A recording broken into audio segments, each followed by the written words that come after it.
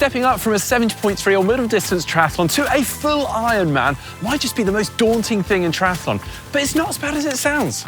We're here to give you an idea of what to expect, what to be wary of, and we've also got points that are going to help you step up and make it as successful and as enjoyable as possible.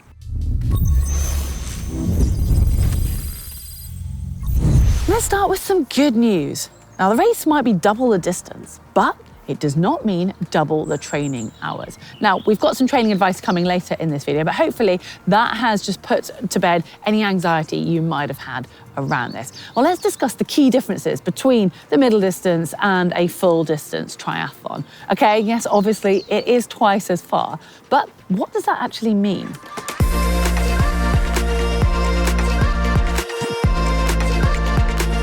Now for the swim, twice the distance tends to scare people the most, but actually it's the smallest difference physiologically. If you've already trained for a 70.3 and middle distance triathlon, it's more than likely that you're quite often covering more than that 1900 meter race distance in your training. And because you will have, or hopefully, broken up the swim sessions into smaller chunks, into a structured workout, the training changes are not anywhere near as significant as you might think.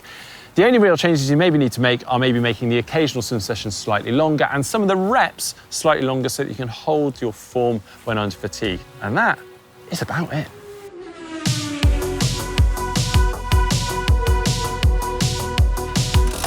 On the other end of the spectrum, the bike is where the biggest difference is. Think of the fatigue compounding. So for every extra hour that you're doing, it's going to be significantly adding to that overall strain. You've got the fatigue of your muscles pushing the pedals, that bit's obvious, but you've also got the fatigue of holding that position for a length of time, then the fatigue of constantly taking on calories and hydration, and to that, the mental fatigue of trying to concentrate for so long. So these are all factors that you need to really consider when you're stepping up this distance.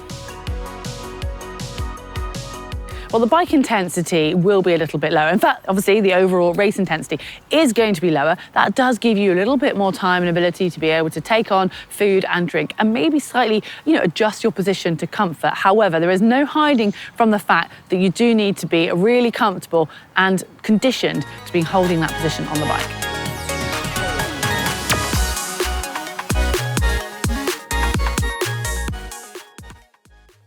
The run in an Ironman is, for most people anyway, a misnomer. It's not a run, it's a shuffle. At best, after 7 or 8 hours of swimming and biking before you even hit the marathon, there really is no need for it to be much more than a shuffle anyway. Now, this shuffle run kind of removes any urgency from the Ironman, but it can substantially increase the mental toll that you experience as you feel like you're hardly moving. You may never get there. So we'll help you with how to prepare for that in a moment.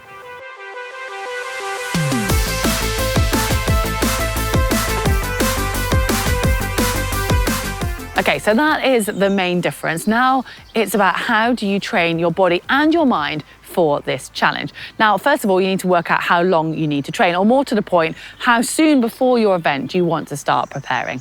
And obviously, it's going to depend. If you've recently done a 70.3, you're not going to need anywhere near as long as somebody who's starting from very minimal fitness. Now, say your 70.3 training, you took 12 to 16 weeks. We don't want to be doubling that. You can't spend 32 weeks training for one pure event.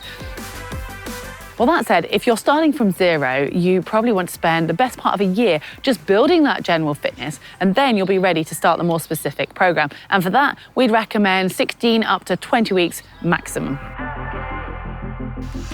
Now for the big question, how many hours a week do you need to train for an Ironman? Now, for most people, 70.3 distance, the training we see them doing, for the most part, is around 8 to 12 hours a week. Again, you do not need to double that. You do not need to suddenly be training 24 hours a week. I mean, I guess you can if you have the time available and some big goals in mind, but you really don't need to be. However, it is a big challenge and you do need to make sure that you're prepared for that and building to a relatively significant mileage to make sure that you are as well prepared as possible. So the sweet spot that we tend to find is between 12 to 15 hours for iron distance training. Now this might look like 2 to 3 hours of swimming, 4 to 5 hours of running and 6 to 7 hours of cycling. Now, most of that extra time, in addition to what you were doing for 70.3 training, is going to come on your long bike and your long run per week. And much of the rest of the training is going to look the same. Of course, we can't go into all of the specifics of your Ironman training, but I do want to remind you of 2 key points. Now, you don't want to spend 90% of your time training in zone 3 when realistically, you're not even going to touch on that zone on race day. I know it does sometimes feel more an efficient way to train, but you need to make sure that your training remains specific. And point 2, you need to remember that you're going to be doing the majority of the race, especially the run, feeling tired. So if you are feeling a bit flat and just rather lethargic and tired from your training, it's okay to go out for a run. In fact, that is a good training session to replicate how you might be feeling on race day. However, don't neglect some high intensity training because that is great for fitness and you don't want all your training to feel like a slow trudge.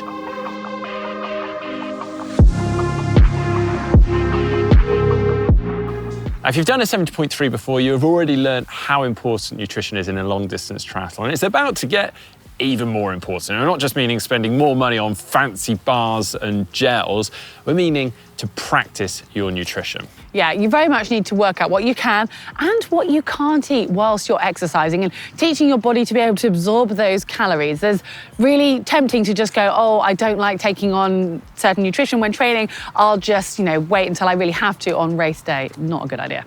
Yeah, and silly mistakes could really derail your day. So make sure you're practicing your nutrition. I mean, you couldn't survive a whole day just in the office sat at your desk without eating and drinking. So you can't possibly consider surviving 226 kilometers with just a little nibble here and there.